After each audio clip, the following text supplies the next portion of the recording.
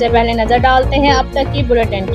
इन्होंने खाटी ते लड़ाई हुई है, हाथ भाई माड़ी मोटी हुई है, इन्हें दातरी मार के मेरा सिर पाड़ दिता। फिर उतों नासा आया, मैं 112 की गड्डी ते आया अस्पताल।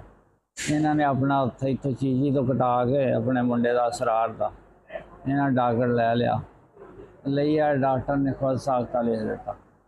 इन्हें रेट करके पर्चा करा था, पर्चे दी अज जमानत करा के आया मैं।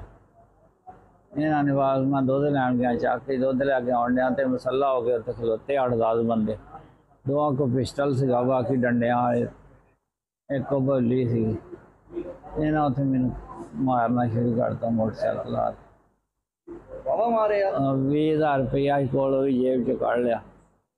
पुलिस कार्रवाई करती थोड़ी? पुलिस कोई नहीं, उत्ते 15 वाले गए नहीं, फोन करके मैं उत्ते डिग्गा रहा बेहोश। चक वाले बंदे आए, इन्होंने पिस्तौल वाले बंदे ने अगे नहीं आने देते कोई। इन्हें अगे 2-3 पर्चे मेरे ते कराए, वो खारिज होंदे रहे, झूठे पर्चे।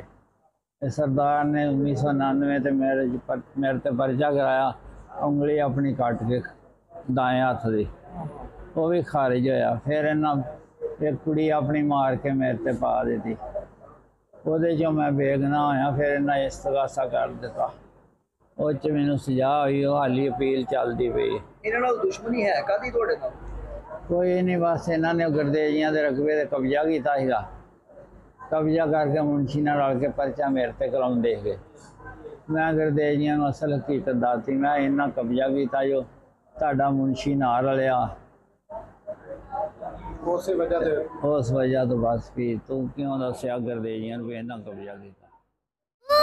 इसलिए नए लाइफ बॉय में है एक्टिव सिल्वर, जो दे जरासीम से 10 गुना बेहतर हिफाजत। नया सिल्वर लाइफ बॉय, दुनिया का नंबर 1 जर्म प्रोटेक्शन सोप।